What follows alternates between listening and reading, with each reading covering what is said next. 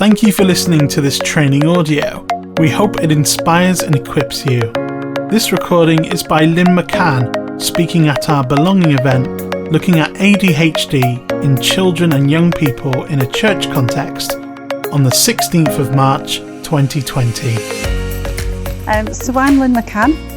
My day job is that I'm an autism specialist teacher, but I've got more and more interested in ADHD because I'm actually coming across children who had both diagnoses, ADHD and autism. So I was very curious about that. So I spent the last few years really exploring what ADHD is.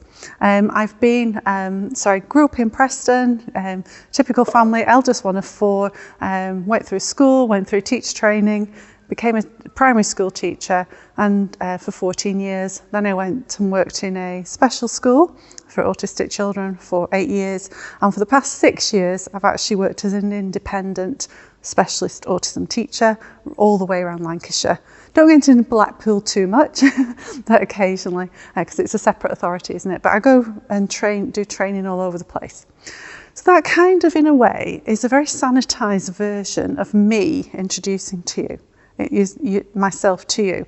And one of the things I think when we're in church and when we think about our faith, because I've been a Christian for 30 years, I became a Christian at 21.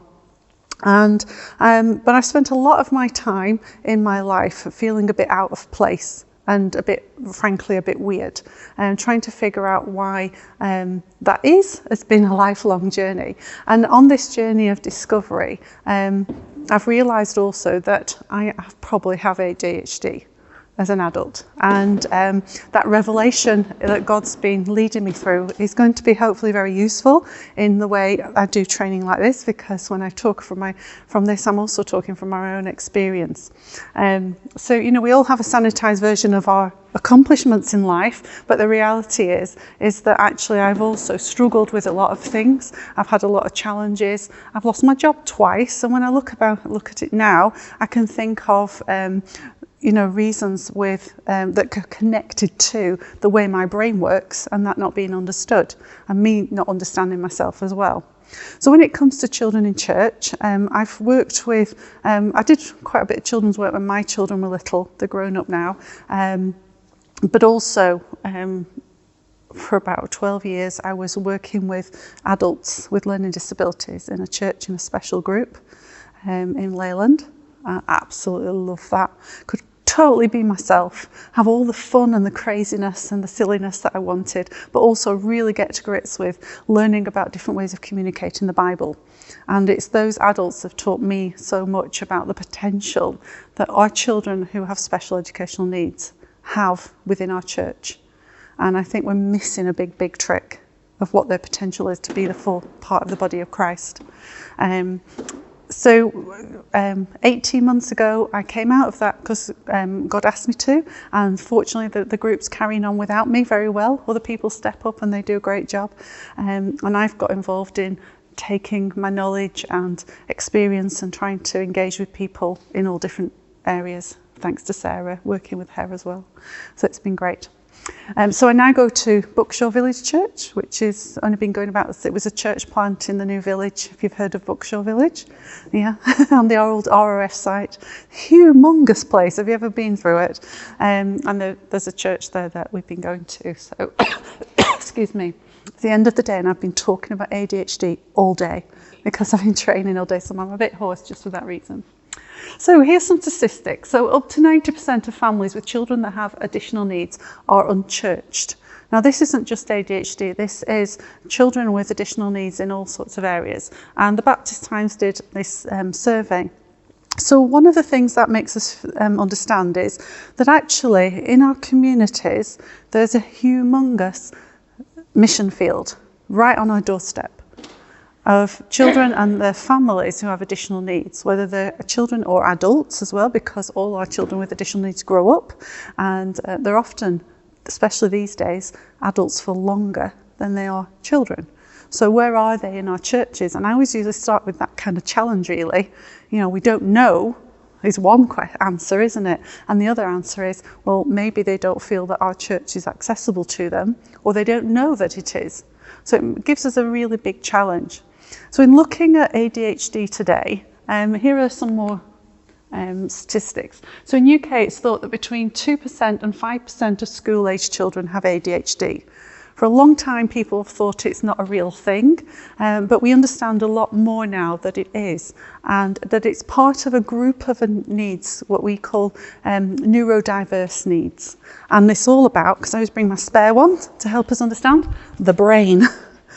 And one thing I can think about it in terms of God's creation, that when God created human beings, he created lots of different unique ways of being, didn't they, within that, and each person is an image bearer of God.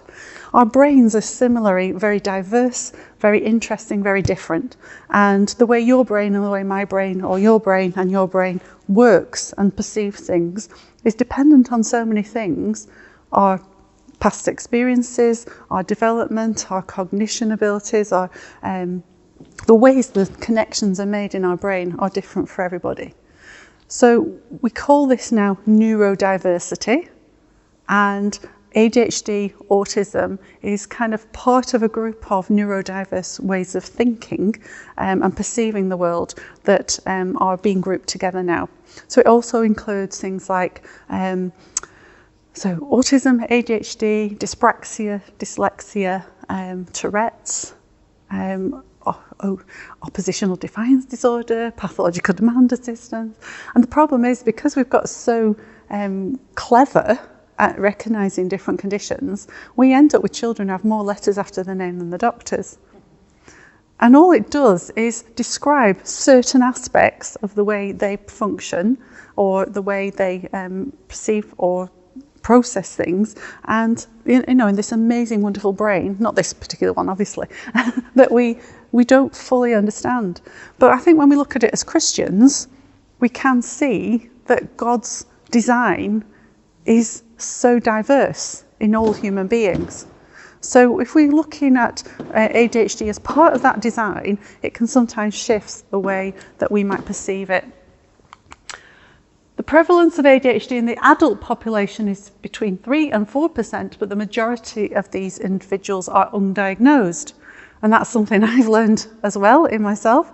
And because many people weren't recognised when they were at school, but also, and particularly this is for about girls, as we look at girls on this with ADHD, is that they present in very different ways.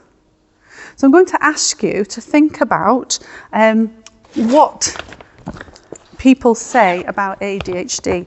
So what I've got, have you got pens? So I'll give you one between two. What I'd like you to do is just write down some of the words that people might use about ADHD. Things that you've heard, things that you might have seen in the news, things that your grandson has been said. I mean, one obvious one is naughty. Yes, I'll write that down. So particularly some of the negative things that people say about ADHD. Now have just a minute or so to write some of those down. And do talk to each other, share ideas. Okay, so what sort of things have you come up with? Fidgety. Fidgety, yeah, that's a good one. Disruptive. Yeah. Disruptive. Forgetful. Demanding attention, forgetful. Silly. Uncommunicative, yeah. Even at this time of night, we can, yeah. Show frustration. Yeah, shows lots of frustration. What about angry as well? Things like that often comes up. Yes, that's right. Naughty, bad, angry, disruptive. You know, these... Like the class, when I was going to say clown, but... Yeah. Well, it's attention-seeking, isn't it? Yeah, attention-seeking class clown is said of a lot of ADHD children. Yeah. So one of the interesting bits of research that I came across was that by the time they are 12, most ADHD children have heard 20,000 more negative comments about themselves than a typical child. 20,000? I can send you the research if you're interested. I have the research paper on my computer. So, you know, what we've got here is people who have grown up being undiagnosed and just been given these other labels instead.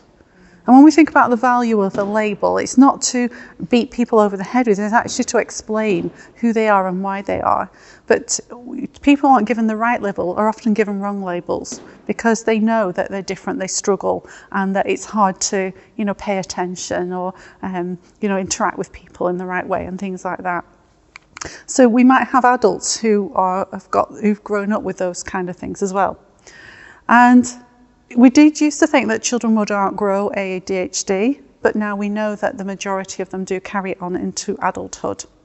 And what happens in adulthood, and plenty of people like myself have happened, is that you find strategies for coping. And so it ends up being masked, what struggles you have behind that. And on the outside, it looks like you're coping. And on the inside, it can actually lead to mental health difficulties and struggles. Some people don't cope. They go through all their life struggling in lots and lots of ways and getting ostracised. And again, there's studies looking at prison populations and how many of them have got undiagnosed ADHD or autism or other conditions that's similar to that. One study looked at one prison and screened everybody, and they found that 30% came up with a new diagnosis on that spectrum. So, it's quite a challenge really. In church, have we got people with this who don't know and who are struggling? Have we got people who have got diagnosis and don't want to tell you? Or they think, well, that was me when I was young and now I don't want to tell anybody? Or are there people who won't come to church because of their diagnosis or their needs or differences? So there's lots of challenges in that. We're going to focus in on children today because that's what we're doing in these series. So up to 60% of adults who have childhood ADHD will continue to show symptoms into their adult life. So those are just some statistics for you. Who has ADHD then? There's a really good website by a young girl who does have ADHD called Danny Donovan, and she is a graphic designer and puts these wonderful, there's a few of these throughout the presentation. So common misconceptions are that extroverted young boys who fidgets a lot, struggles in schools and can't pay attention. That's what most people think ADHD is. But the truth is that it could be somebody extroverted or introverted. And often it's those who are introverted, who are quiet, who are daydreamy particularly, are often missed. Young can be any age. A boy can be any gender. Often girls are missed. And it's the same when I do research about autism as well, because we've kind of grown up with this expectation that it's, these boys who mess about and attention seeking, can't sit still, fidget a lot. But actually many, many girls have also got more the attention deficit side rather than the hyperactivity. The hyperactivity is what we all notice because it's in your face, isn't it? And it interacts and impacts on everything that they're doing. So they may fidget a lot, but they may not fidget. Struggles, they may actually excel in school and can't pay attention, it says there, but the actual thing about attention is having too much attention. And it's the focusing of attention or shifting of attention that's a difficulty, not having the attention in the first place. So it's like having, even now, I'm looking at all you, but I'm also taking in so much information from around you. And if something happened over there, that would be so distracting. I'm trained myself to pay attention to what I need to, but I can also tell you loads of details about this building that I've noticed already. And that's really a skill and a benefit of having ADHD, that you do notice a lot. Trouble is you don't always notice what you're supposed to, and that can cause trouble and get you into trouble. So when we're looking at some of the words people use about ADHD, lack of self-control, impulsive, their behaviours often are something that people talk about, poor working memory, and we're going to look into these in a little bit more detail. And this funny word, executive functions.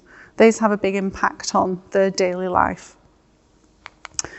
But as I said earlier, if we don't give the right label to a child, they'll pick up the wrong labels. And these are just some of the labels like you've written on your figure there. Pathetic, pain, ugly, freak, worthless, stupid, not good enough, failure, slow. How do you think they would make you feel? Awful. Yeah. And this is the problem. I work with teenagers as well as young children, and I find that if teenagers have gone through their life only hearing that about themselves, you know, they hate the world by the time they get to teenager. Why bother when that's what the world's telling you you are? Now, we have a different message in church. We have a completely different message to what the message the world is giving to them. Yeah. Can I just ask, how you say like with teenagers, how old is the child roughly when they realise that, you know, is there a transition, or is there a sort of a point where they think and come to the realisation that... Depends what their experience has been, I think, because I've had children that I've worked with in primary school, and there was who, you know, they're handed to you by their parents, oh, this one's a nightmare. You know, and you've got it right from the beginning, or teachers are saying, oh, you don't wait till you get them, you know, they're a right pain in the whatever. And that child has that label passed on through the adults right from a very early age. You can also, there was also a study where a boy thought his name was No Joseph. And that he thought he was his name, because that's constantly. Now we'll talk about, you know, how we can counteract that as we go along, but some of our children have that experience from a very early age, because from a very early age they haven't been able to conform and behave, and so, you know, it's not something any different from what they're used to, but they hear adults talking over them saying, oh, this one's a nightmare, you know, they know that, don't they, and they pick up on that.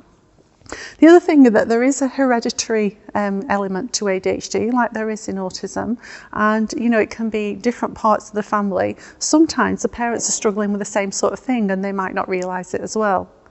And the other thing is that parents are often blamed for ADHD, and so they too are having to cope with these labels on them as parents. So that spirals through the whole family and brings them all down. And it's really important that we know it isn't, you know, something that they're doing wrong. Actually, it's often because they're trying to do the right thing that isn't the right thing, if you know what I mean. So if they're trying to be super nanny parent, and that's not the right parenting for their child, they'll think, I'm just a failure as a parent, because that's how you're supposed to do parenting. But actually, our ADHD children need a different way of parenting. And that's, you know, really important, that we come alongside parents and give them some understanding and just believe them. The biggest thing parents say to me is, I just wish somebody would believe me of what we go through. And if you think about them coming to church on a Sunday, they've had this all week from everybody else. We want church to be a sanctuary, a place where they're accepted, they're loved, and it's good to be them, and people understand. So, you know, that the ministry that we have is to the whole family, really. And if parents have gone through life and they don't understand that they have ADHD as well, it may be a voyage of discovery that they're having to go on. But it starts with acceptance. It's okay to be you, you know, and that's a big message. So just officially, there are actually 3 types of ADHD. There's the primarily inattentive, so they sometimes call that just ADD, attention deficit disorder. And again, that word deficit is rubbish. It's not attention deficit, it's attention difference, really, because as I said, it's too much attention. So having you know, recurrent inattentiveness, inability to maintain focus, and spaced out, can't stay on track. And then you get somebody who on their strengths is undisruptive and creative. You often get this in girls, and it's a kind of daydreamingness. Daydreaming, spaced out, not really with it. This kind of sums up my early life, really. I was in cloud cuckoo land, enjoying my own dreams and thoughts. Unfortunately, I was just clever enough to zone back in every now and again and get through school in that way. But I know all the time, I've spent a lot of years thinking, why didn't I achieve what I know I should have been able to? And particularly exams were quite difficult because of that intense focus for all that time. So, you know, there is all that goes on, but nobody picked up on it. But I managed okay, and I got to where I wanted to be. The other side is the primarily hyperactive and impulsive. So those impulsive behaviours and inappropriate movements, sometimes they kind of come across like tics, or should, you know, sort of things as well. And often the class clown, there you go, you said that. And high energy, unique ideas. One of the things we hopefully tonight we're going to learn is that we can really turn all the negatives upside down and look at all the great qualities. The most common form of ADHD is that attention deficit and hyperactivity disorder. So you've got the hyperactivity, the attention deficit, and the impulsiveness all together. So they call that the combined version, and that's the most common one, really. And again, seeing the world differently in an interesting way, an energetic zest for life. Because you know when you've got an hyperactive child, don't you? And the trouble is we've kind of built a society around sitting still and listening, and children seen and not heard. And that's kind of where ADHD kids don't fit in, and why they end up being clashing and, spiraling down in their behaviour for that. So I've kind of put this graphic together to try and help us understand this a bit better. So the inattention is that too much attention, noticing everything. Lots of kids notice loads of things and they'll point them out to you that other people don't notice, or you seem as irrelevant. So they'll be pointing things, talking to you, talking a lot probably about all the things they notice, but you're actually focused on something else and you want them to focus on that. And so, that obviously clashes. Along with that is a really small boredom threshold. I always say I've got the boredom threshold of a gnat. I hate being bored, and I will jump from one thing to another. And what the hardest thing is in work, when you've got a report to write, and you set off with a lot of gusto and enthusiasm, and then I get bored, and it almost becomes impossible to finish the job. That is our children's experience all the time. I mean, as an adult, I've learned to have to make myself do that, but I could probably do 20 things before I actually get back to finish the job. So boredom is a really big issue. And keeping a child entertained in a way can be quite a challenge, especially in our Sunday groups, or helping them manage that boredom. With that becomes the impulsivity. So impulsivity is just not thinking of the consequences before you act, just doing it. ADHD people can really understand consequences. They'll know what would have happened if, but they've got to try it first. And I suppose we can change that round of that. They learn by experience. To be honest, they're adventurers and the inventors and, the go-getters of this world, the risk takers who go out there and try things out before anybody else. And if they get it wrong, then everybody else can learn from them. That lack of risk assessment is not because they can't do that. You could sit with them later and they'll say, oh yes, I should have known that was going to happen, because they can work that out. But it's just at that time, the excitement is more interesting than anything else. So they'll just go for it. And you'll find that, it's poking somebody. I wonder what noise they make if I poke them. All those kind of behaviours that drive us mad maybe sometimes. So the impulsivity can also lead to a lot of creativity, thinking outside the box, doing things in a different way. On the other side, we've got the hyperactivity, and the hyperactivity is linked to the body and how it functions. So we have obviously a body, we've got bones, we've got muscles, and our central nervous system, there's the words I was looking for. And the central nervous system connected to all our bodies, sending messages back to our brain where our body is in space. And one of the things that they're looking at is the central nervous system and how it works in ADHD. We're still in early days of research, but if it's connected to sensory processing disorder, the link is that the brain isn't getting enough information back to say where my body is. And so it's constantly seeking out movement. How many times have you tried telling a fidgety child to sit still? And it doesn't work. Or it might work for about 2 minutes because you've alerted them to it, but then it goes. It's kind of the difference between doing something just to annoy you or to wind people up and the can't. I always say, try not to think it as won't, try and think it as can't. Yes, they're probably trying to wind people up as well at the same time, but it's more that I can't sit still.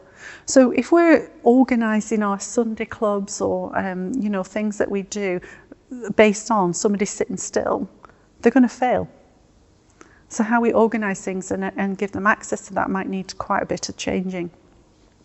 So sensory dysregulation is part of that. They can also have other sensory issues. They can also be really, really good at sport, but also on the opposite side be quite clumsy and not very coordinated. They might struggle with things like smells or sounds, either too much or not enough information going to the brain. And there is a link between autism as well in that terms. So we're finding out there is a lot of links between autism and ADHD. And some can be miles apart, some can have both diagnoses at the same time. The other thing with that is this thing at the bottom called executive function. Has anybody heard of that? You would have done, yeah. Executive function is basically your brain being able to plan and organise things and your daily life. You know, you've all got here thanks to executive functions. Yeah, knowing where you're going, what time you have to be there, what time you need to set off, and how long it will take you to get there, maybe allowing for some adjustments. I didn't do that too well tonight because I was here on the last minute. But normally I'm like extra early just in case I'm a bit late, because I find that timing thing really difficult. You would never think about it. I have a whole raft of strategies to enable me to fulfill my daily times and schedules through lots of practice and planning. So our children struggle to be given a task, know where to start, how they're going to work it out until they can finish it. You know, I gave you a really simple task to write a list of words on that figure. And to do that, you had to say, well, okay, I'm going to think of some words. How am I going to spread them out on that piece of paper? How long have she didn't tell me how long we were given it, as you know, so we're going to have to get on with it. And you sort of time how quick you're going to do it. But, you know, we aim to finish, don't we? When you're given a task, you try to work out how it's going to start to finish. You know where to start, how to finish. That is really difficult for our kids with ADHD. So even giving them a simple cutting and sticking activity in a messy church, or they can be really quite overwhelming for them, because they don't know where to start. They don't know how it's going to get from start to finish and how quick they have to work to get there. It's a brain thinking and processing issue, this. So what they'll do instead is mess about, interfere with what somebody else is doing, or take off. You know, they'll do things because they've got used to, well, I can't do that, so actually I've got to fill my time some other way, and this is more interesting if I poke that person or I do this. Some children will go quiet though and go introverted, and that as well. Executive functions are also part of our working memory, as you can see there. So our working memory is holding on information while we do something else with it. Have you ever tried to remember a phone number that somebody's just told you, while you then try and put it into the phone to call it? I just find that impossible. My working memory is really, really poor. I have a notepad and paper with me everywhere because I have to write everything down. I have to write every shopping list down. If I just want to nip to the shop for a couple of things, I have to write them down, because I promise you, when I've got home, I've lost at least one thing out of my memory. You know, I run a business. I've been a teacher for nearly 30 years, and I've managed through finding these strategies. And when we've got our kids, if they can't do these things, we should be giving them strategies to help them. The other thing that can be really difficult in executive function is working out things like money or schedules, or, you know, like go and tidy your room. Well, how do you do that? You know, and you think you should know. You know, you're 12 now, surely you know how to tidy your room. But it isn't. It's that getting there and trying to work out what the task entails and being able to organise it.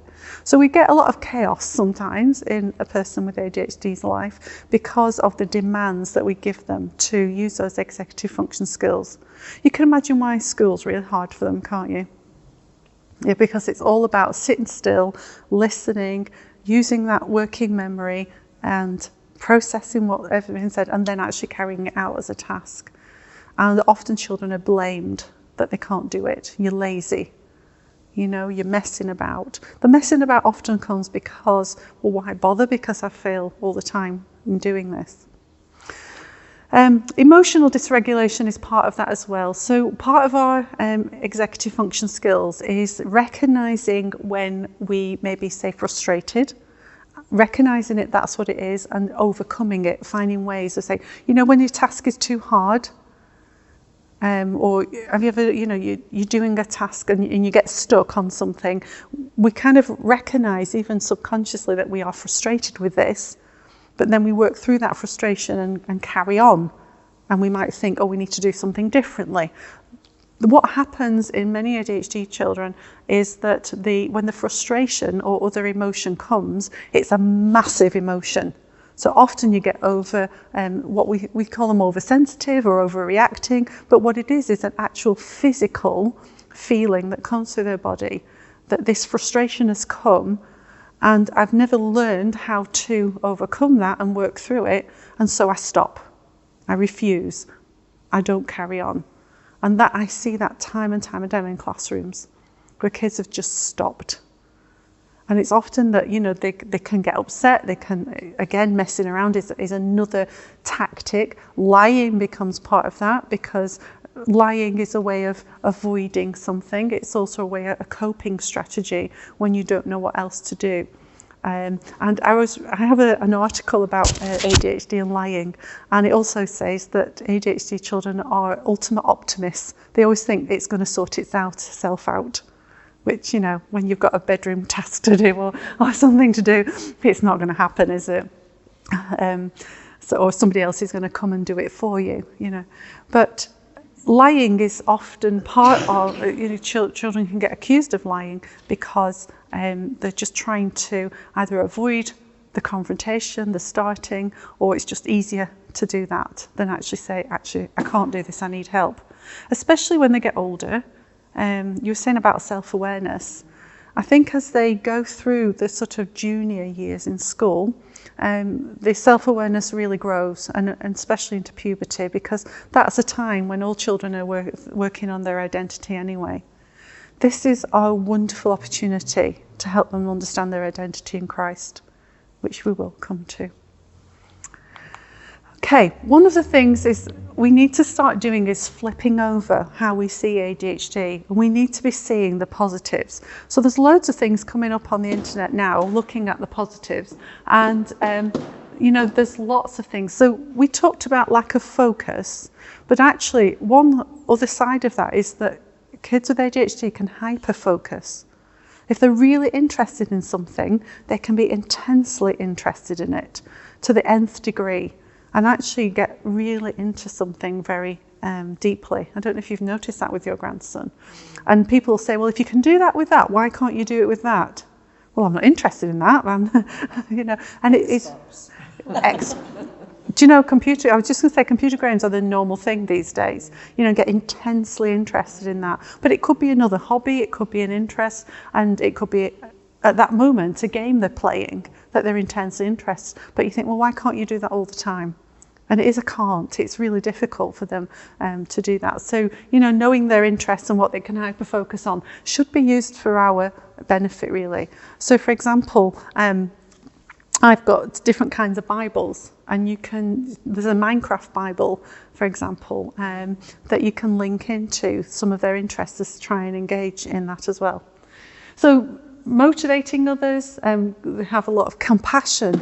Because they feel emotion big, you often find that they're very empathetic and understand other people. If they seem cruel at times or pushing people away, it's often because their own needs haven't been met. But there's an enormous capacity for ADHD kids to be compassionate. A friend of mine has a son who's got ADHD. He's now in his 30s. I knew him when he was 3-year-old, and I went round to their house and she said, just look at his bedroom. She opened the door and it had a mattress, a duvet, and a couple of toys that were broken, and that was it. He'd wrecked everything else. He'd pulled the curtains off and everything. And she spent years and years and years focusing his energy, all this hyperactivity, into sport, time and time again, sport after sport after sport. Now he's 30, he runs a charity in the Philippines that teaches street kids football. He set it up and it's grown. Just that focus. Yes, I know you know who that is. But, the focus that parent has done in channeling that child's ability, not their disability or their difficulties, but their abilities, has led to something that, not many people could do.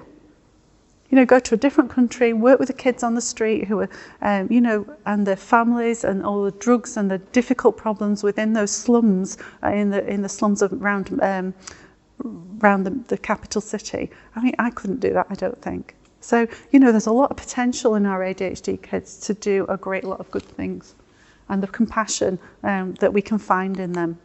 So here's another thing from Danny Donovan.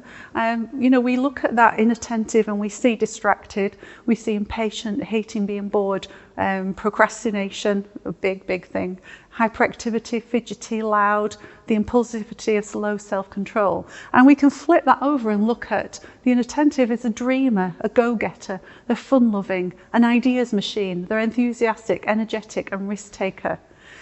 I'm sure, because I'm a Christian, that's the side that God intended. And our ADHD kids are often crushed.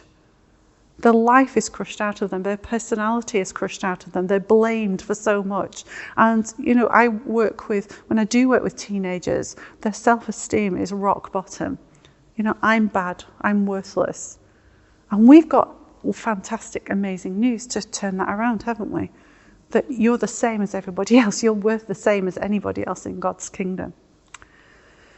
So when I look at how we invite and help these children come into our midst in church and the adults that they may grow into, in all this series of talks, we've looked at belonging, growing and thriving. The belonging is the welcome, isn't it?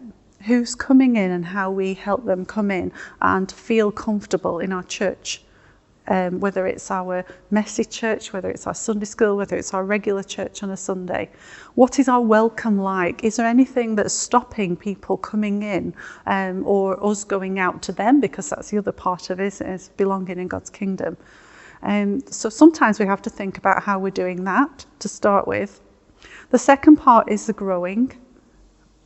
Growing their own faith, their own understanding of who they are in Christ, being able to access the Bible. And I've spent a lot of years working on that with our adults with learning disabilities, for example, because there's so many different ways of accessing the Bible. You don't even need to read, because again, some of our ADHD children are brilliant readers, really, really deep thinkers, if you give them the chance to be. But others will have switched off from all that because of their failures in school. So anything that you give them and they have to read, they'll go, no. Again, they may have associated difficulties. They may be dyslexic as well. There's all sorts of things. So knowing them is really important. So in terms of belonging, growing and thriving, the thriving is about building them up so that they have a place in the church where their skills, their abilities and their gifts can be used as part of the body of Christ. And that is a long-term view, isn't it? So we've got this child who comes, who might be wrecking everything and racing around and can't sit still. If we spend that time and invest in them, they can be this amazing part of the whole church. Because God's already got a place for them. And I wouldn't want to be thinking that I'd pushed anybody away from their place in God's kingdom. And a lot of it, things we might do because we don't understand something. And I hold up my hand thinking, oh my gosh, there's so many things. If I had my time again when I was working with children, I would do differently. Now I understand some of this stuff. So it's not to beat ourselves over the head. It's just a journey that we're on. And we all start in different places.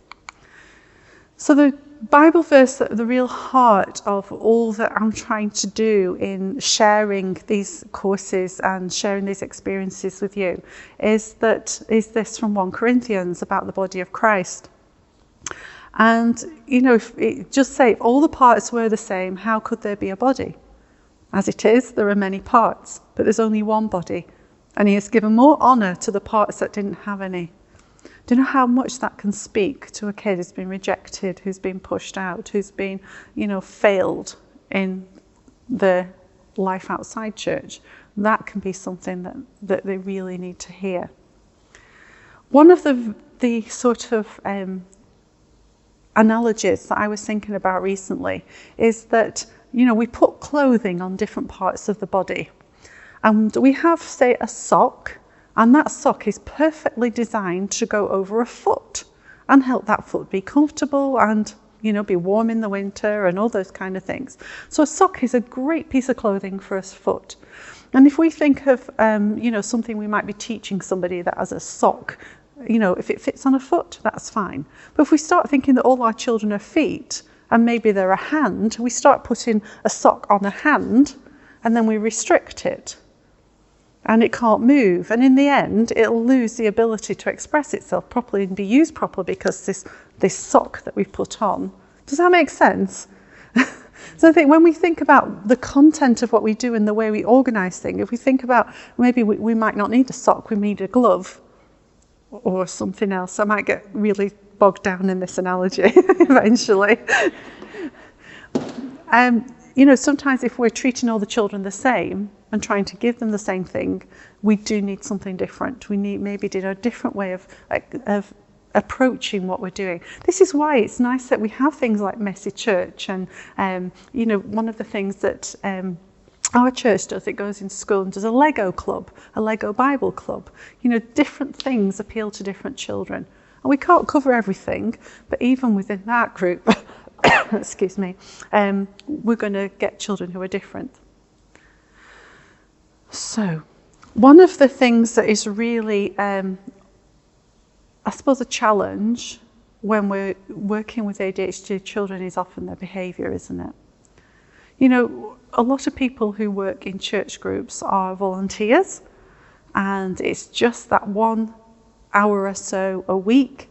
You don't know what's been going on the rest of the week, and the children could have had a really, you know, bad week at school, and you're kind of trying to do something really meaningful and helpful in that hour or that little session that you've got. But so if the behaviour is very difficult or impacting on themselves and others in a negative way, then it's just going to exhaust us, isn't it? It's going to be really hard, and we don't always know what to do. One of the ways to approach behaviour, and we did a course in Darwin, wasn't it, about looking at challenging behaviour, which I hope is going to be on a video so people can watch it. It's on its way, just to really look at that in great lot of depth. But with our ADHD children, the things that they do are because of their ADHD a lot of the time. So they're impulsive. They're going to do impulsive things. We've got to expect that. They are hyperactive, so they are going to be on the move. They have a lot of attention on a lot of different things. So, you know, they are going to be distracted very easily. So if we know that beforehand, then what we do can be also enabling to work to their strengths and minimise some of those things that might impact on other people. When we're looking at this, we've got that visible behaviour, the things that we see them do, but if we understand what's going on underneath, it may be that they have got some stress going on. You know, they could be having lots of conflict at school, they might be in detention a lot, they might be left out and have no friends at school. Those things are really common. And one of the things that's really nice to do is actually to sit with a child and ask them about these experiences. What is school like? What is home like? What do you have any friends? What are they like? And, you know, if you build up a good relationship with them, they can tell you all kinds of things. And in a way, hopefully, at Sunday school or, you know, out of school, you are a safe person that they can talk to.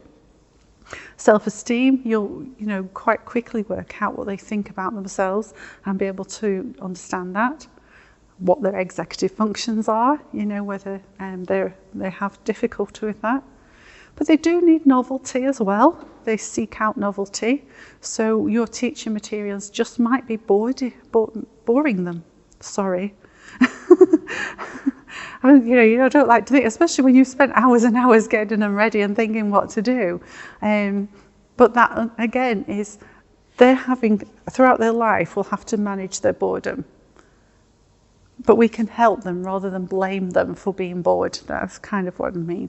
One of the things as well is learning to defer your needs. That comes with maturity. So waiting until something happens. Waiting can be excruciating for them, but again, supporting that. There might be challenges of attention. I don't know what kind of room you're in, but sometimes there's all sorts of things going on around them that can be overwhelming. I mean, modern classrooms, particularly, attention overload. There may be sensory challenges, and it might be a simple thing that they are sensitive to smell, and you've got some strong perfume on that day.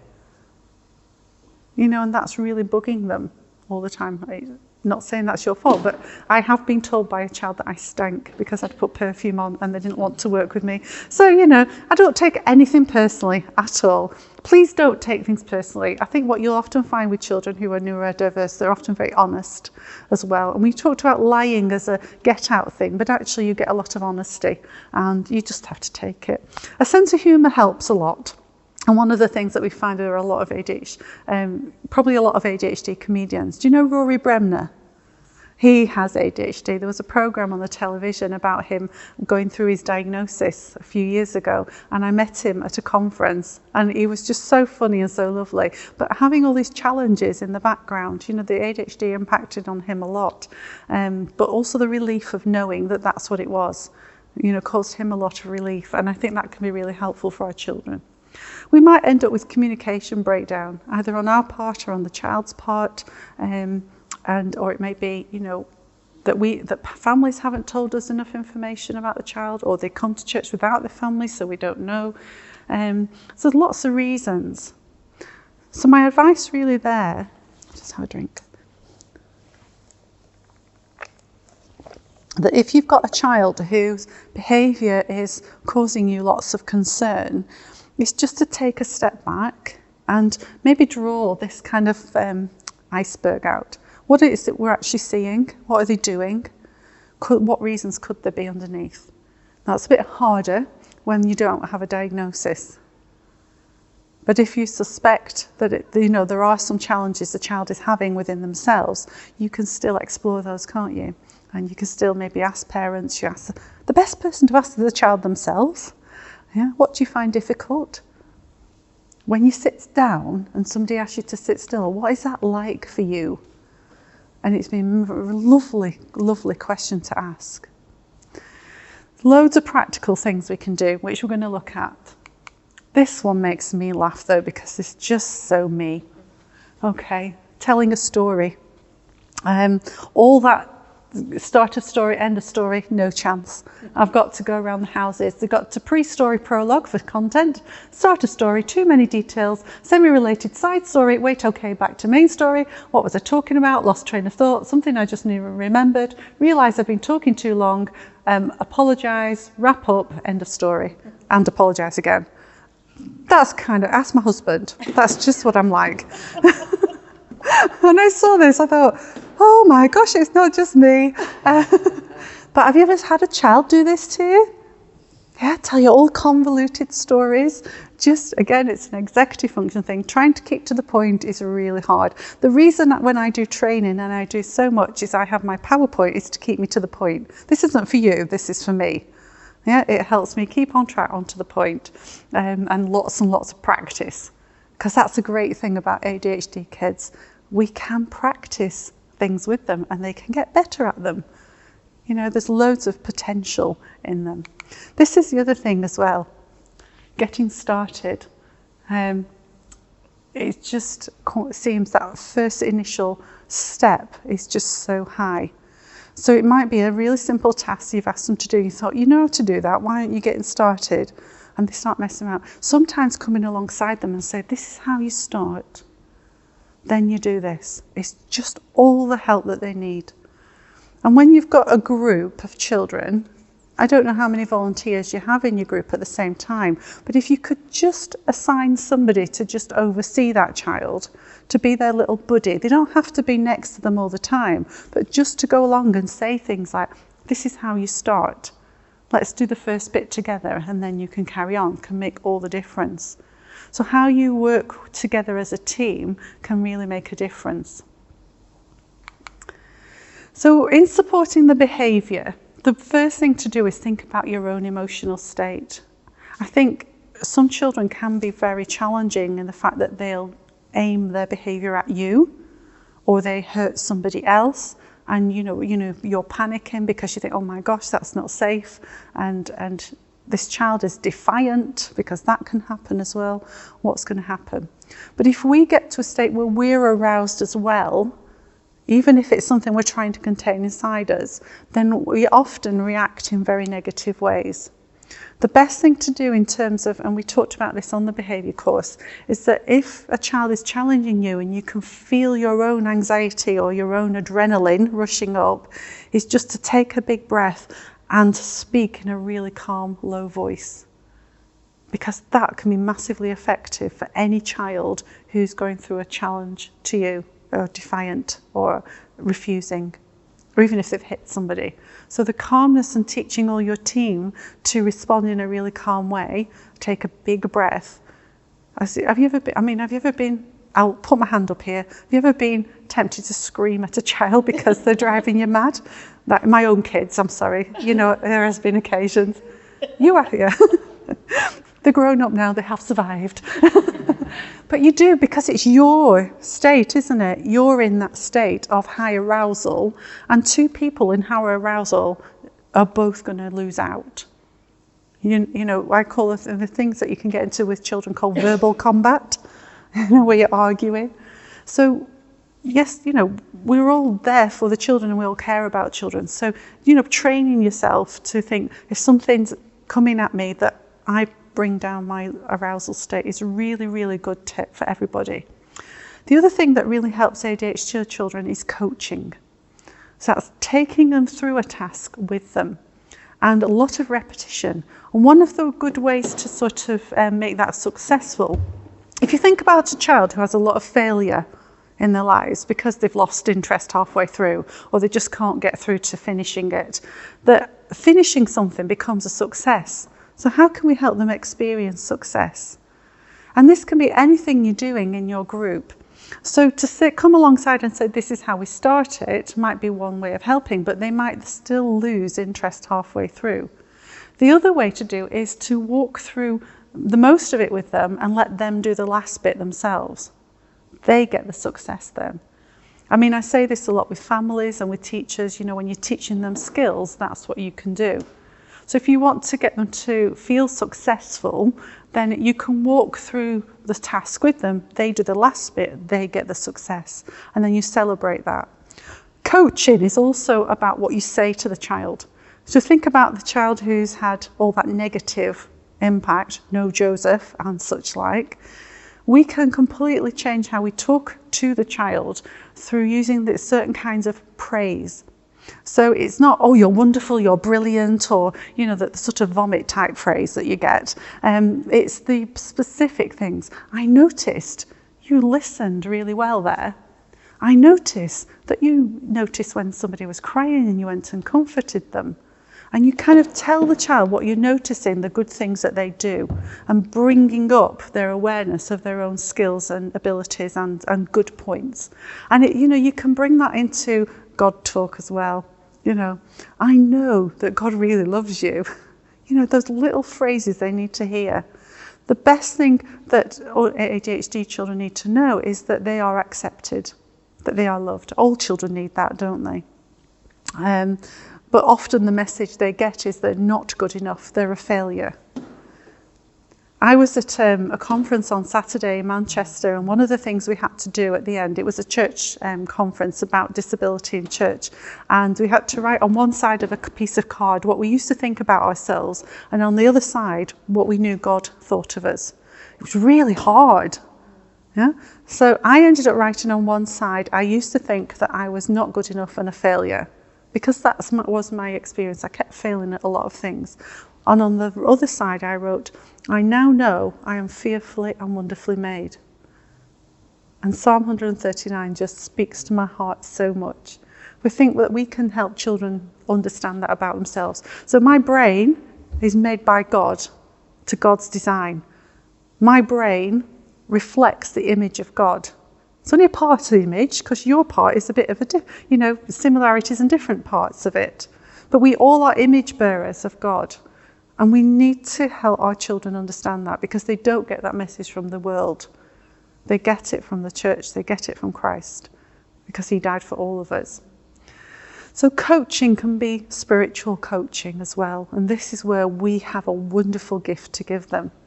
Spiritually coaching, using Bible verses, using the truths of God's word to remind them personally that is. You could give it on little cards, memory verses, all sorts of things that build up their understanding that God has made them and they are special to him.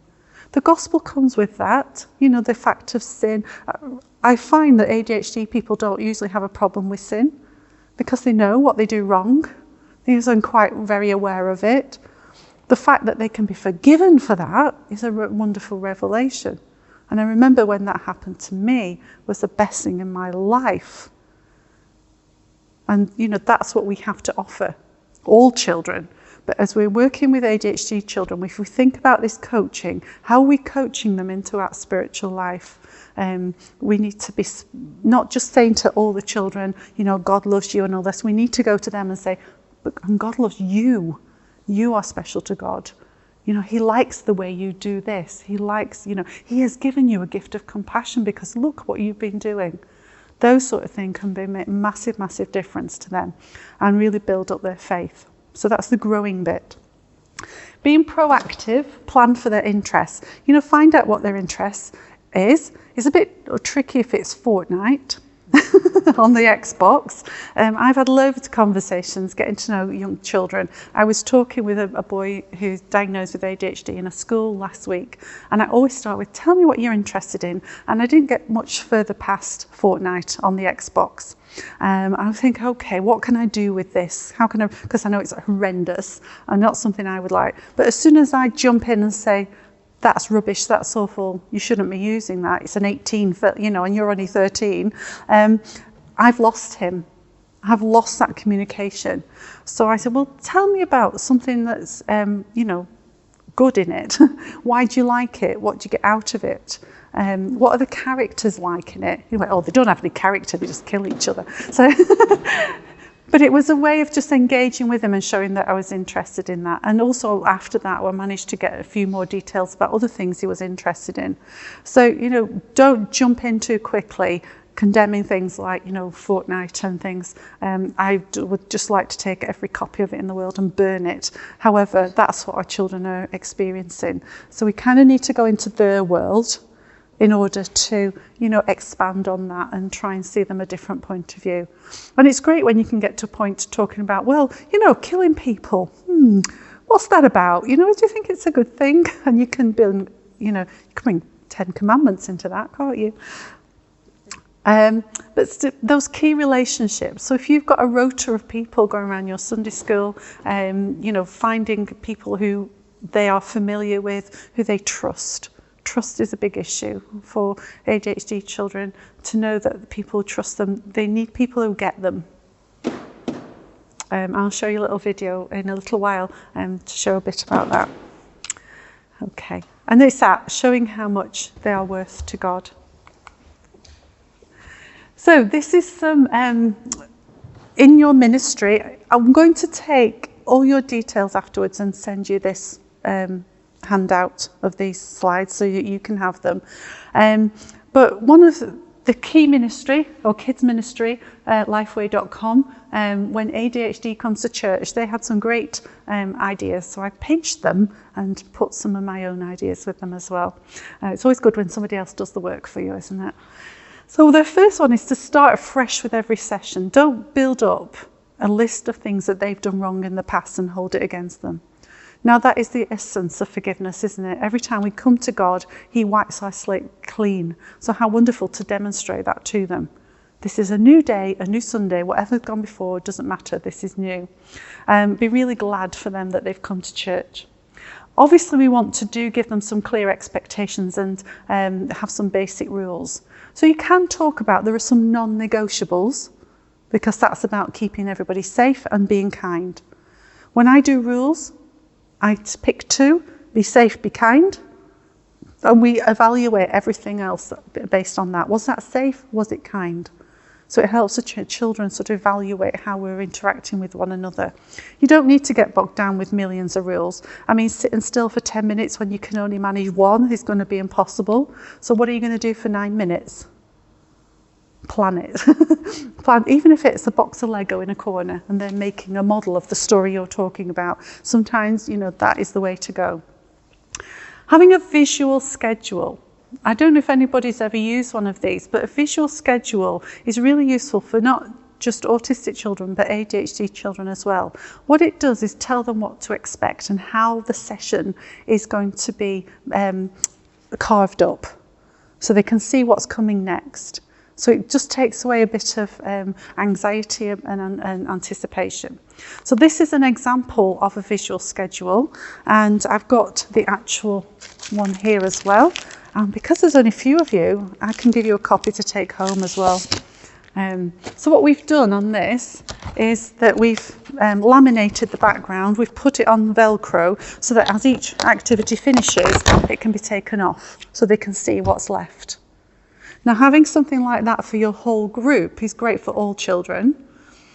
It's good to have at home to know how the day is going to be carved up. You can put choices in there, so in terms of a Sunday school activity, we're going to play a game, then an activity, but then we're going to say prayer, then it's finished and we're going back to the hall or the church. It just gives them that routine of what's going to happen.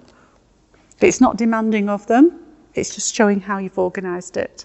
And again, sometimes you can give children the job of taking these off and doing it. When I was at the conference on Saturday, we had a visual timetable for the whole conference, which was really good. And somebody got the job of being monitor for it. So that's a really simple thing that everybody can do, isn't it? You can put it into any one of your activities. In fact, I've written a blog. I have a blog called Included by Grace. I'll show it you in a little while. And I wrote a blog about how you can build a visual timetable on your church PowerPoint every week. So that anybody coming into church from outside who's not been to church before perhaps, or who has learning difficulties or any other needs that need it, can actually see the service and what's going to happen, and it's there on the screen. So there's all sorts of adaptations for a visual timetable that can help the whole church. But in your children's work, this is really good. And then you don't have to have a child keep nagging you what we're doing next or where we're going. They can just check on there. So it kind of really helps everything fits. I'm not saying it always works, and you've got children who sometimes will move things around. You have to watch out for that. Merging time at the beginning. I thought this was quite interesting. Instead of coming in and sitting down straight away and get on, having something that allows that transition. So it may be that you come in and say, right, everybody, go and have a wander around and find something that begins with Z, I don't know, depends what's in your room, isn't it? Or, go and, have a look for something that you've not seen before and then come and tell us about it. It could be any kind of things. You might have prayer cards or Bible verses in different spots. Go and see if you can find one of those cards. So it just gives them a transition time so they're not coming in and sitting straight down and just that ease into the environment. Then you can have your more structured time. And again, if you've got that starter activity on your timetable, that helps. And limiting still time, that is a given when you've got ADHD children. But you can help them sit still by some certain little tricks and hints. So one thing is to give them something to sit on. These cushions are often used in schools, and they're actually balance cushions. So you get them I get these in Aldi and Lidl when they do their exercise stuff, and they're about £6 or £7, and they're actually designed to stand on and do some wobbling. But actually, an ADHD child might like to do that, but at least you've got them in one spot. Or they might sit on them, and that gives extra feedback, and they can wobble so that they're actually still staying still, but they're also getting the movement that they're craving as well. So things like that can be really helpful. Lots of children use these at school, and one thing to ask is the parents, what do they use at school that helps? And maybe bring those into Sunday school as well. Do you want to have a look at it? I can have a sit on it if you like. I hate it, it's far too knobbly for me. The other thing that can help with some children is weighted things. So this is a pair of oven gloves with some rice bags sewn in the end very tightly. But, they can go on your shoulders, they can go on your lap, and they just, again, give extra sensory feedback. But you will get some children who then start going, with them, so you put rules around them. I often say to children, if I'm giving you something to help you fiddle with or to help you sit, it's there for a purpose. And if that purpose isn't working, then it's obviously not the right thing. So we take it off you and we use something else. Have a look at that. I like that on my shoulders. It's really nice. The other thing I recommend getting is a box of fiddle toys. So fidget toys, especially when listening times, are really helpful. Here's a picture of some, and here's just some of my collection.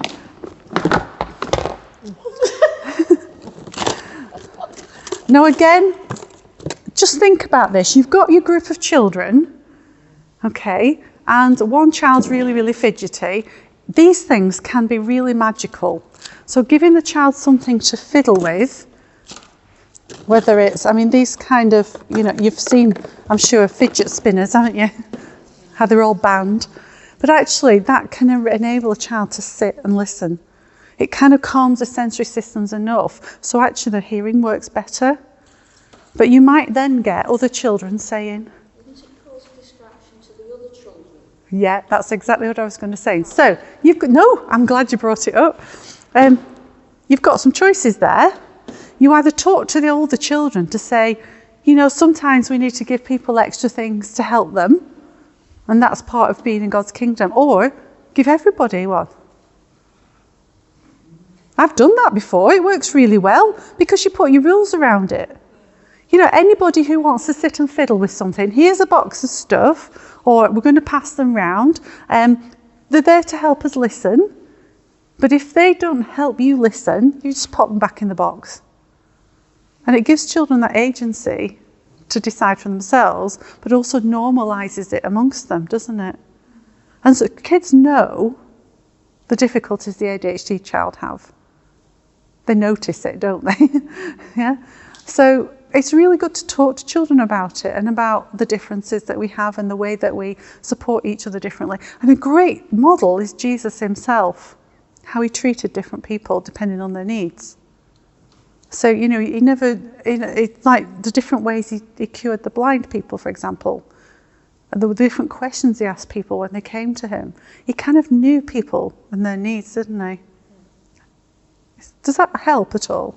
It's a bit of a challenge, isn't it? Well, give everybody one. It is.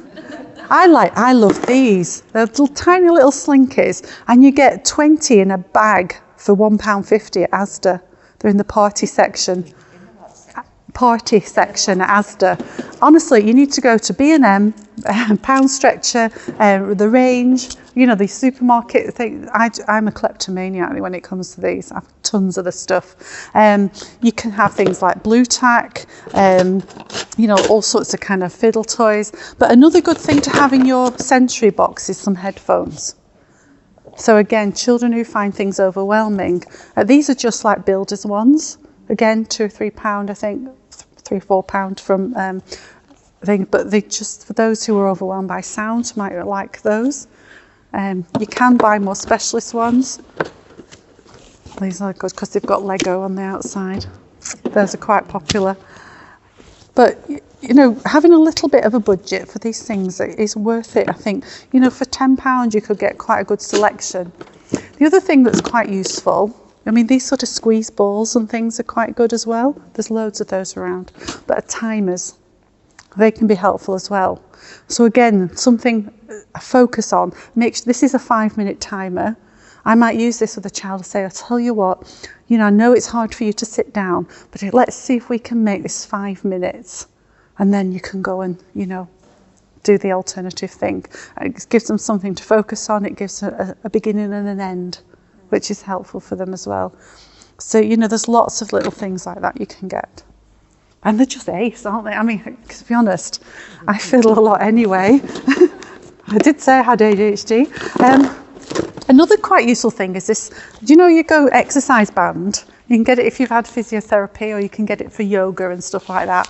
Sometimes you can tie that round the legs of a chair and let them bang their legs on it if they're sitting on chairs. That can be really good feedback.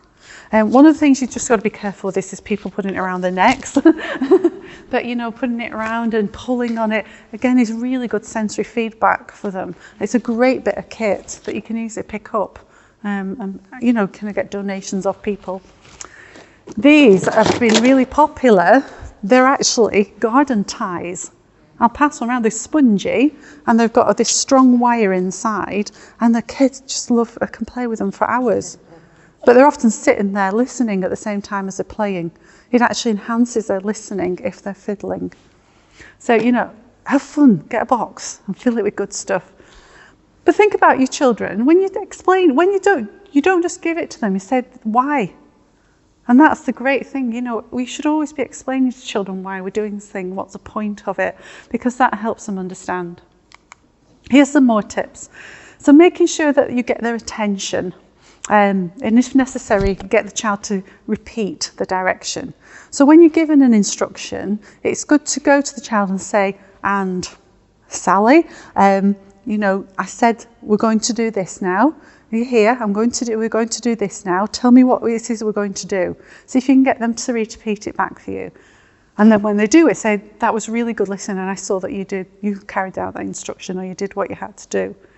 The other words that are good to use are first this and then that. Again, ask them to repeat it back if that's helpful.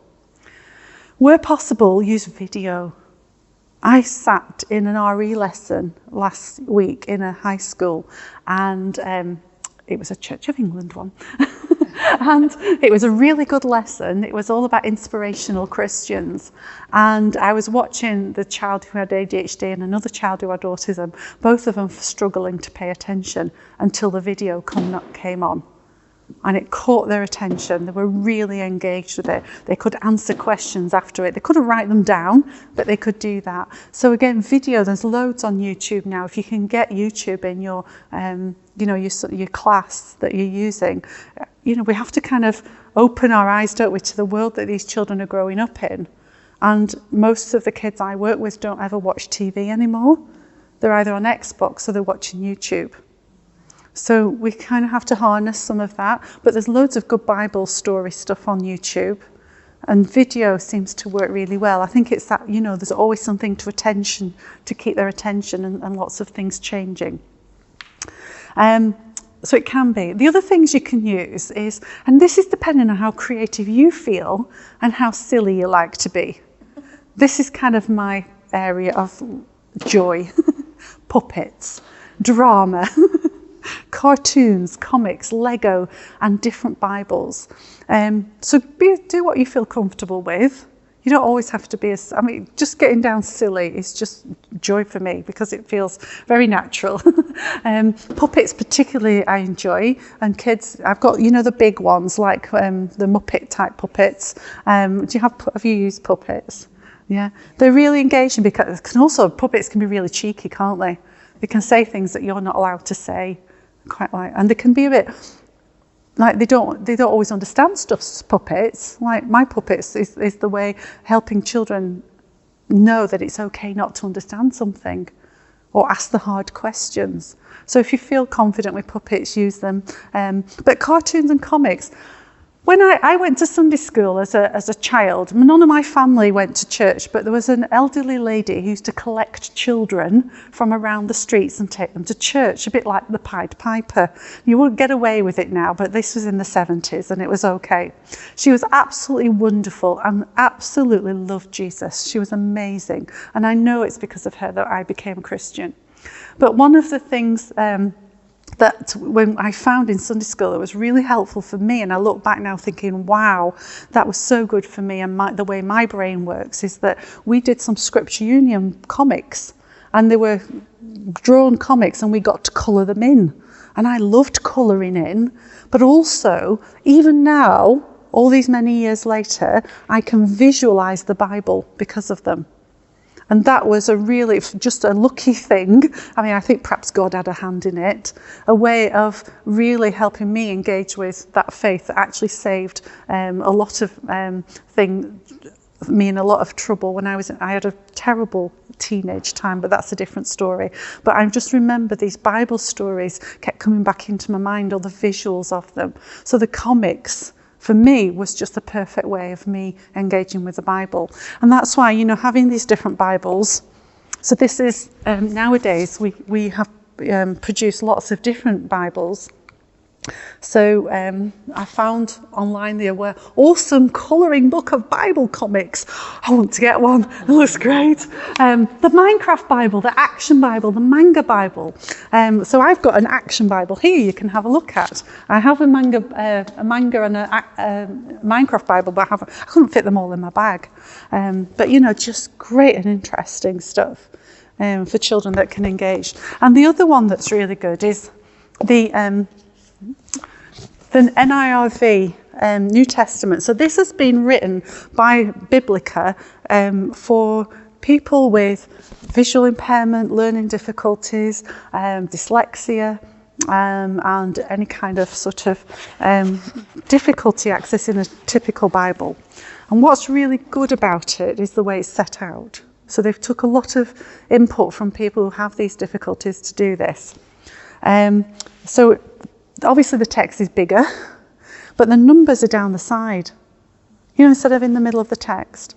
And there's a clear paragraph between each one. And I now use one of these as my own regular Bible. Unfortunately, they've only done the New Testament. Unfortunately, we're doing Colossians in our church at the moment, so it's helpful. And I think the Old Testament might be in about 3 volumes. But if you know the right one to take, it's not a big problem. The Braille Bible is in 27 volumes. My friend who's blind has to know which volumes she has to take to church with her. So, it's a wonderful resource. Now, if you want, you can buy one today. They are £7. They're usually £9. But yeah, have a look at them because Sarah, you've been using it, haven't you? And it's just a brilliant, accessible Bible. The other thing about it is the sentences are shorter. I don't know what it was, whether it was Paul's fault or the way we translate the Greek into English, but if you notice how long the sentences are in a Bible, I want you to go home and have a look now because they're long. So if you're a child who struggles to pay attention and read, a dyslexic child would find a similar thing, then it's overwhelming to keep going in a sentence. But a short sentence is so much more accessible. So it's just a really wonderful, I love those Bibles, so you can have a look at those. Okay. So these are things that we can do as well. We want to try and help the child to learn a bit of stillness, because that is a very spiritual thing. And it's a way of helping them process all the manicness in their brain that's going on all the time and shut some of those tabs down. It's like having 20 tabs open on your, on your internet all the time. So, but you can't just expect an ADHD child to switch their brain off. It's just ain't going to happen. Never, ever, in all the times I've tried all types of different biblical meditation, being able to do this. So one of the things that we've learned to do is to actually focus on a thing. So nature, for example, is really, really calming and stilling for me. Being out in God's creation, because I can still pay lots of attention to it, but it's really, really calming. And I get a lot of spirituality out of that. But for our children, they might just need, something to hold on to. So I got these made by an elderly guy at my last church, just a little simple cross. Something to hold, and it's nice and round, so it can be a fiddle thing, but a real focus in being still and prayer. Music can help as well. Music in the background. So, for example, I need, when I'm driving, I need either to be talking to somebody. These two came with me today, they know, or I need to have music on, because somehow my brain needs more than one channel open. And I can focus better on driving if I've got something else going on as well. Told you I was weird. Okay, so for our children, they may need more than one sense going at a time if we're teaching them to be still. And we want them to engage in prayer, because that is really what's going to teach them about their own and develop their own relationship with God. So it may be that they have access to music on some headphones. It may be that they have an object to hold. Something like simple like a cross, isn't it? Real focus and prayer. But also there's an enormous amount of brilliant interactive prayer ideas on Prayer Space for Schools website. Just love some of them. We've developed lots of interactive prayer sessions with our adults with learning disabilities, using things like this when they haven't got, because some of them don't speak, so we use pictures, and they will present the picture as their prayer. So, our focus on learning how to engage children in prayer should be a big part of what we do. Message Church is a wonderful place to do that, isn't it? Because there's so many things that you can engage in, that sensory side of prayer. In our church a few months ago, we had a Sunday service just focusing on prayer, and there were prayer stations set up around the room, and people just came and went round and just spent the whole service praying. It was beautiful. But they let me, because I said, please can I do a sensory prayer station? And in the end, I ended up doing 2 because I had too many ideas in my head. So I did one based on praying through our emotions, and it had dolls with different emotion faces on, it had puppets, it had just sensory things to hold. And then the other one I did actually a tent, and inside we were praying for the world. But it was, again, lots of things like lights and music and a big world map, and they could put one of these crosses on where they wanted to pray for. So again, just simple things like that to try and engage people. But I love this one. I saw this one with the zips. This was on Prayer Spaces for School. And how exciting is it for a child who likes to fiddle to be given a zip and be allowed to go up and down with it, yeah? You need to go and look at it up and see what the prayer was about. I just thought that was a great idea. I'm going to go and investigate it myself. This is our prayer trees, you can see there, where they hang a symbol on the tree to offer their prayer. So, there's lots of things to do in terms of developing prayer. So if you're thinking about welcome, lots of ways of accessing what we're doing, but the growing is really important. That they learn to read the Bible and feel that it is accessible to them, that they also learn to pray, because that is going to develop their relationship with God. And, to pray through things like emotions. A child who feels a lot of big emotion needs to be able to take those emotions to God. And have you read the Psalms? We all have, haven't we? What are they full of? Huge emotion. Psalms have been my peace, I think, for many, many years. Just when I am feeling these big emotions, I can see them in there. That the psalmist felt the same sort of things. And, they also have this wonderful conclusion that life is really rubbish sometimes, but God is still good. That's how I sum up the Psalms.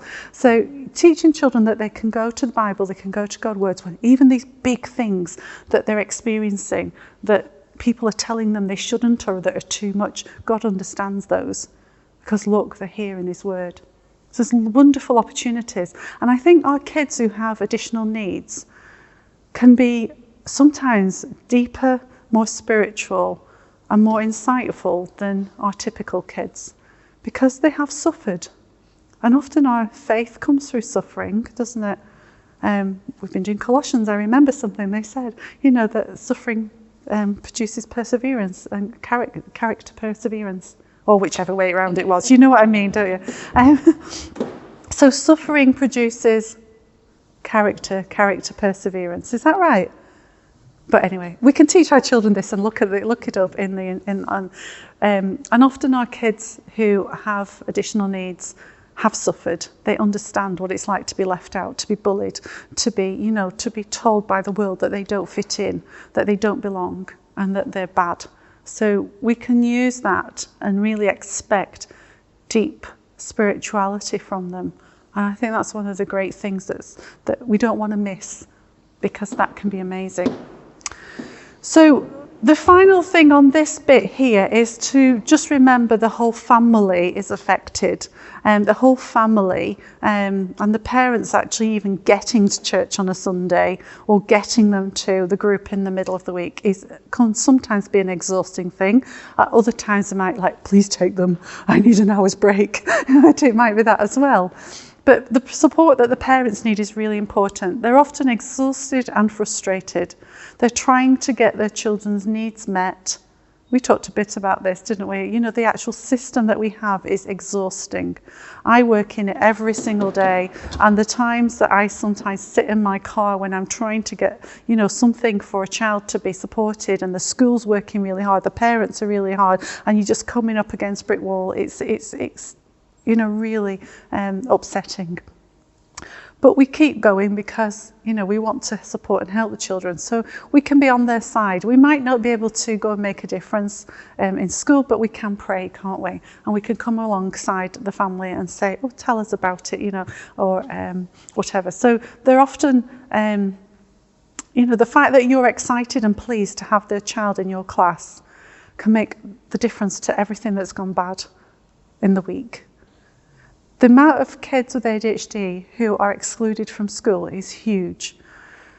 I don't know if anybody's been watching that programme on the TV about the race across the world. Oh, it was on last night on Channel 5, I think. But basically, sets of two people have to travel across a part of the world without flying. So they've got to do it land. And at the moment, they're doing one across Central America. Central and Southern America. What's the bit at the bottom? From Mexico right down to the bottom of what's the part of the South America, that's the word I was thinking of, sorry. So they're doing that. But there's a guy on there who's a team with his mum. He was adopted and he has ADHD, and it's just fantastic hearing him talk about his ADHD and how he's 19 now. He's coming to terms with that, and despite the difficulties, being on this big adventure is really boosting his abilities, really. But one of the things that really got to me said that I've been through 4 schools and 3 colleges. And in the ADHD kids that I know, that isn't unusual. It's easier to see a child's behaviour, label that child as difficult and wrong, and say, well, we don't want you here, we can't meet your needs, isn't it? If we start doing that in church, where else will they go? And that's the challenge, because sometimes they can be really difficult. Sometimes they can be very challenging. But how do we turn that into love? How do we turn that into the right support for them? I hope, and I'm sure we will start with prayer. Because I think whenever we are lost and we don't know what to do, God does know, doesn't he? And it's just having that instinct to say, maybe I could try that. And you think, oh, maybe that's come out of my prayer. Just try it and see what happens. But I do know families who've been rejected by churches. So in writing this blog that I write, I'm being involved in something called the Additional Needs Alliance, which I'm going to encourage you all to join before we leave tonight. I get people messaging me and getting in touch saying, what can I do? Because they've told me that we have to leave church because my child's too disruptive. But it's too common, and I can understand it from a church, but we're not trained, are we? And but we do have to change, and we have to take on the challenge, because out there are so many unchurched people who need to be here with us in God's kingdom. So it is a challenge, but there's help available. That's the main thing to know. So the families and the children need to know that they are part of God's kingdom. And I think it is worth looking at how Jesus responded to children. I mean, this is a really well-known Bible passage where the people brought the children to Jesus. And it was very easy to say, actually, go away. You're not important to Jesus. But we know that what Jesus said, let the little children come to me. But he does go on to say, don't hinder them, for the kingdom of heaven belongs to such of these. And he did bless them. But he also went on to say, whoever welcomes one such as One such child in my name will welcomes me. If anyone causes one of these little ones, those who believe in me, to stumble, it would be better for them to have a large millstone hung around their neck and to be drowned in the depths of the sea. Woe to the world because of the things that cause people to stumble.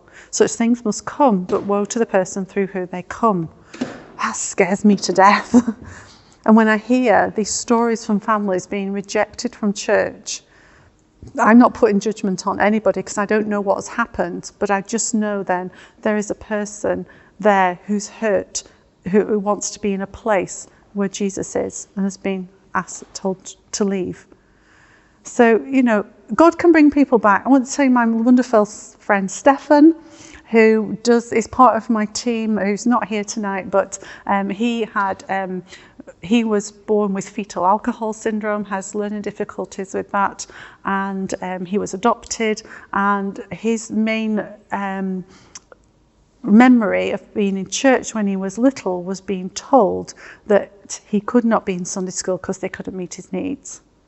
Now, and as an adult, he joined our Good News group as an adult and has the most amazing faith. He's also got an amazing evangelistic and prayer ministry. He will, walking down the street and he'll just start praying for you. He's great. He's forever sending me little texts of prayers. Can I pray for you? I'm so blessed to have him as a friend. But he was rejected, but God brought him back, which is great. But I do this because I don't want that to happen to people. And I want us to be equipped and to work together to learn and share what we've got to do that. Okay, so this is some feedback from some of those families. I asked them in the Additional Needs Alliance what happens when it works well. Encourage us all. So they say things like this: our church is definitely a place of safety where my daughter is loved and accepted, even if they all can't understand her needs. And I'm grateful for a church that constantly tries. They don't always get it right and they make many mistakes, don't we all? But they always try. So God loves a trier, isn't that what we say? Okay. So we're nearly coming to the end. But here are some resources for you, and I want to play you a song at the end as well. So Scripture Union has produced a really good booklet about challenging behaviour. We brought it up at the behaviour course, and it's really worth getting a look at. There's loads of really practical advice in, so what you actually do. How to ADHD is a really good website to pass on to parents and families and the children themselves. So it's a girl who has ADHD. She's a teenager, I think, and she talks about the realities of having it, but in a really positive way. So she's a really good role model, I think, for our kids understanding their own condition. Attitude Mag, again, is an American one, but it's again full of real positives and articles that help people understand. You could probably find things on there that you could print off for your other people in your congregation or the people who work with children in your team. Prayer Space in Schools, I've put that up on there.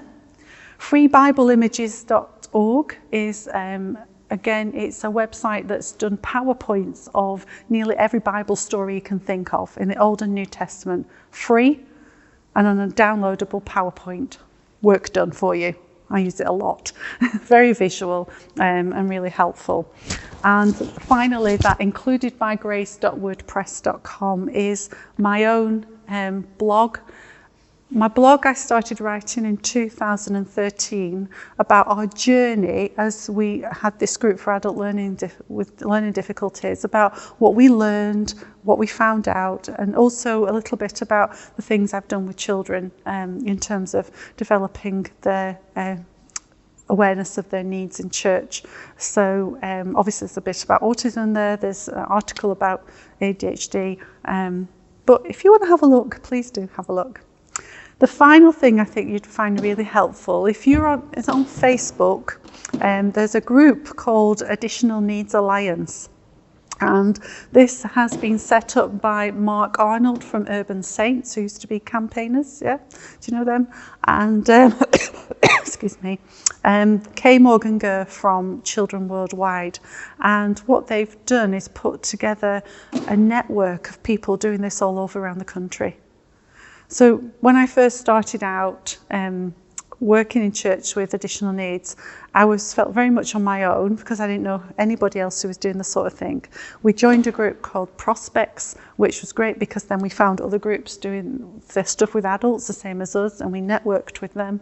And then when Mark and Kay set up the Additional Needs Alliance, there's suddenly this explosion of children's workers and people, you know, around the whole country doing these amazing pockets of stuff.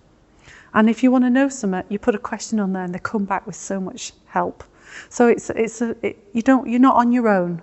I think that's the main thing. I know you've all come together from your church, but you're on your own from your church, but you know, the more we team together and build each other up, the more actually it becomes less of a burden on one person, because that's the worst thing, isn't it, when that happens. So the Additional Needs Alliance is really worth saying, but they also have a website. There's resources on there. The other thing that might find interesting is Tunbridge Baptist Church, and I'll put all these on a list for you, in Tunbridge, wherever that is. Kent, is it? I don't know, somewhere down south. They have actually set up a special needs Sunday school group, which they call Aslan, because they've got some, I know, it stands for something, it's dead clever, but it's too clever for me. And they've put loads of teaching ideas together. And they've put it in 3 different levels for different levels of engagement of the children. So they've got quite a few with Down syndrome, autism, ADHD, different needs. So, you know, that stuff's out there for you to access. Stuff that people's already done. Isn't that good? Because we all like something like that. Okay, before I think of something, has anybody got any questions? The 3 Bible images. We do a DVD at the beginning of each service for the whole congregation, and before we take the youngsters into young church. And it sort of is on what we're going to be doing in young church. How long are are the stories different lengths? Or Yes, and you can edit them. So, yeah, I use them as key points. So they're on a PowerPoint rather than a DVD. So yeah, you can edit them and take things out or add things to them. So yeah, I use them for is zoning in. You know, we're doing something, this is what's happening next. It's kind of helpful with that, with them. Fab. But yeah, experiment, do what you like. Anything else? Anything else? Anything you'd like to share? You know, all these strategies can be used with all our kids, to be honest. You know, yeah. yes. And the last thing that I can offer is, possibly after things have settled down a bit, is that, you know, a bit of an audit with you as well, personally. So to come to your church and work with you as a team, see what you do well, because it's always good to celebrate what you do well first, isn't it? And then see where and help you make a plan if you want to do that kind of thing. And I'm doing that with a couple of churches, and it's been really enjoyable because, you know, people's enthusiasm is great. We hope that you've enjoyed listening to this talk. For more resources and training, please visit the resource area at bdeducation.org.uk.